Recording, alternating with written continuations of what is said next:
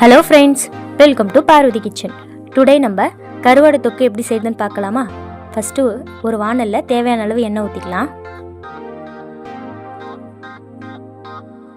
எண்ணெய் காஞ்சதுக்கு அப்புறமா கொஞ்சமாக கடுகு சேர்த்துக்கலாம்.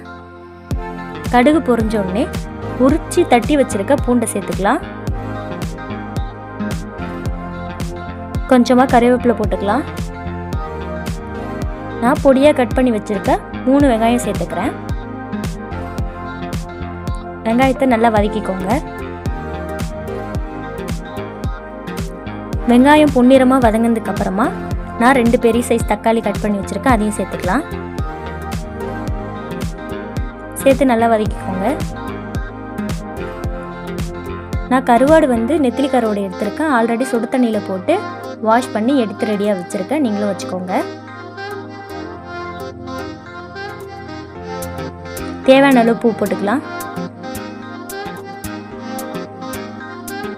வெங்காயம் தக்காளி நல்லா வதங்கினதுக்கு அப்புறமா நம்ம ஆல்ரெடி கழுவி எடுத்து வாஷ் பண்ணி வச்சிருக்க கருவாடையும் சேர்த்துக்கலாம். நல்லா வதக்கிக்கோங்க.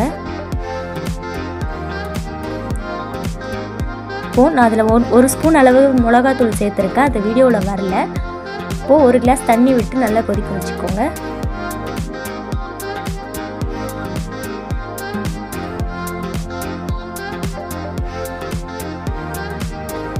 கருவாடு நல்லா இந்த மாதிரி எண்ணெய் பிரிஞ்சு வர அளவுக்கு நல்லா கொதிக்க வச்சுக்கோங்க. உங்களுக்கு பார்த்தாலே தெரியுது பாருங்க எந்த அளவுக்கு கொதிச்சு வந்திருக்குன்ட்டு.